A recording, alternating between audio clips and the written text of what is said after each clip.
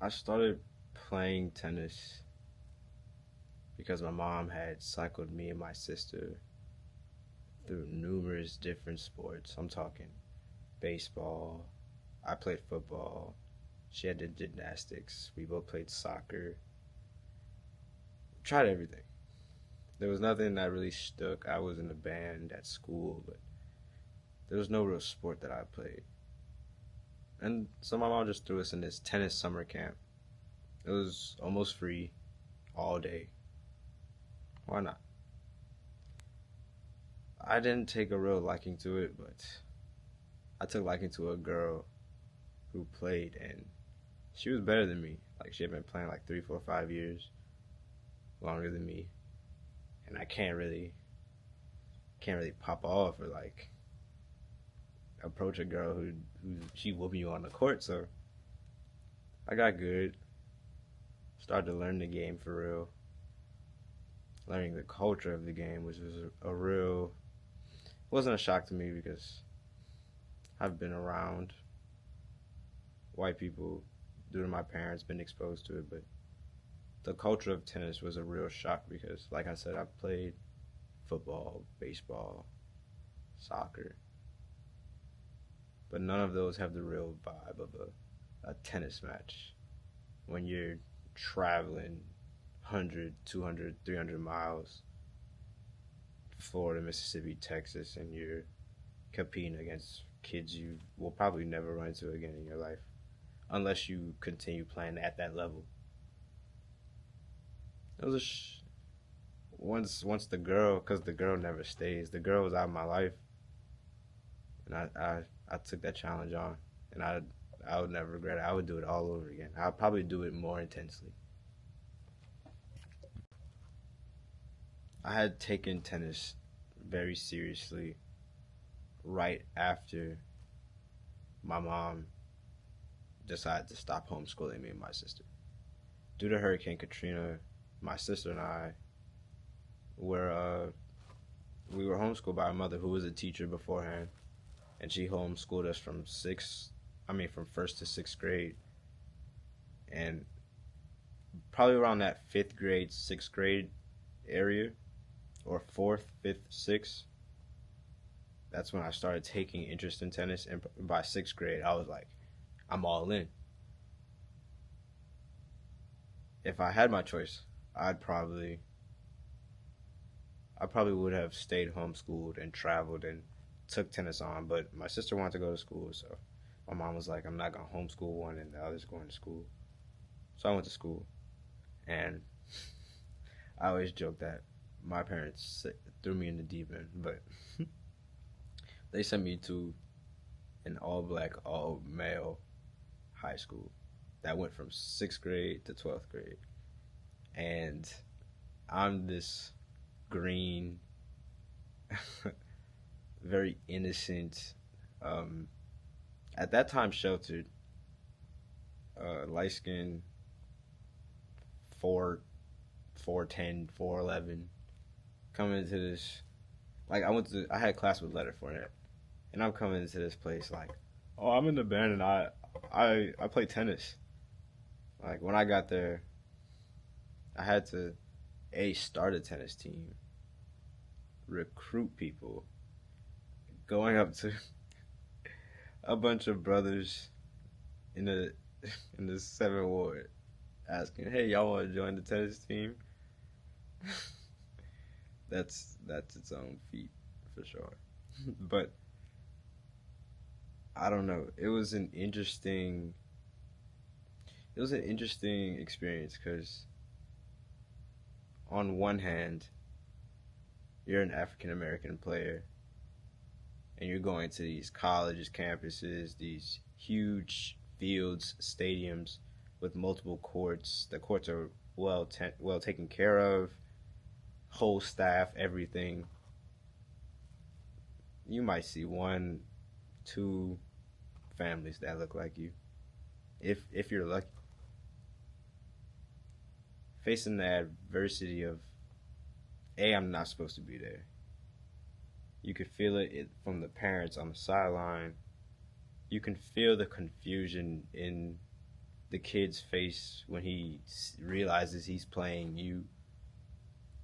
And my first few tournaments in high school and just like USTA, which is a essentially triple A, double A, AU basketball. Sorry, it's essentially AU basketball. You could see that if I won, I wasn't supposed to be there, and if I lost, like duh, like you were supposed to lose.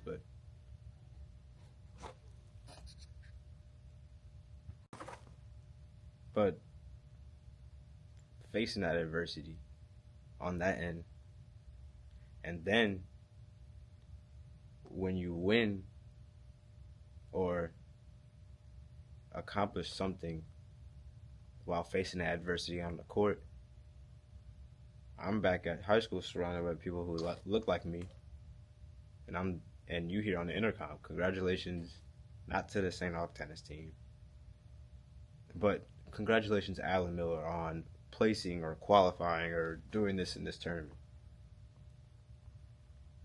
And everybody looking like tennis. And it's either like, huh, or it's like, he plays tennis, like, check this guy out. And it's just, I know it's a lack of exposure and understanding, but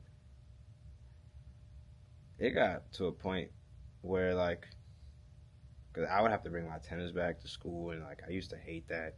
Like, thank goodness I got a car at a point, because I was able to leave my stuff in my car, but people just playing around, taking my rackets and stuff, and just like because they have never seen it, not used to it.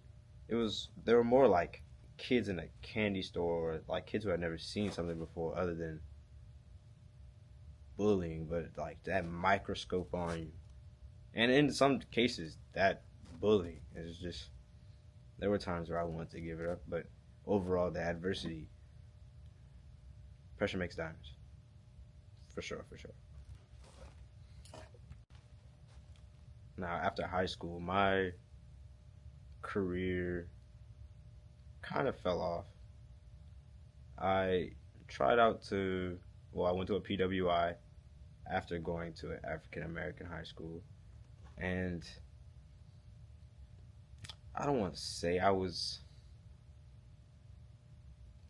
racially profiled, but I had done pretty well in an entry tournament for a club tennis at this PWI Ivy League, or very close to Ivy League level,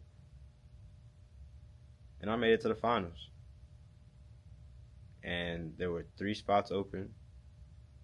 Finals, I'm the top two, and I didn't make the team, and that kind of hurt my ego because I had done some practicing, like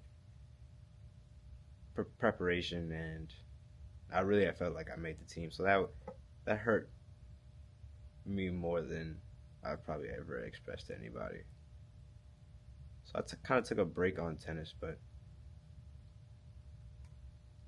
it always finds a way back in your life, even if I haven't played a very serious competitive game in probably like 6 years, but I was able to impact an entire university by just speaking on the benefits that it's given to me mentally, physically. Like tennis trained me. I'm in good shape. I have pretty good habits. Like I always need to exercise. Like the way I think, I believe is very much thanks to tennis. Like strategic, thinking of your next few moves, like what's to come, predictions, and it's exposed me to cultures, mindsets, opinions that I would never have been exposed to if I hadn't played tennis and traveled around the country playing tennis. And so I think it was my second year here at Dillard University. One of my assignments in an English class, Dr. D. She, what is this? How would you upgrade the campus? And I always said to myself, like, it's so stupid that we have tennis courts and no tennis team. Like, because I've been to places where that was the only thing stopping people from having a tennis team was the tennis courts, and lo and behold, you have the hardest thing to acquire. I should have put in the fine print that if y'all make this team, you gotta reserve me a spot, because they recruited outside of the country and they could ball. They could ball. But even if there aren't any African Americans on the team, they're still now exposed to people who love tennis and the mindset and the antics, the mannerisms, the culture that comes with a tennis player. And I think that's really important.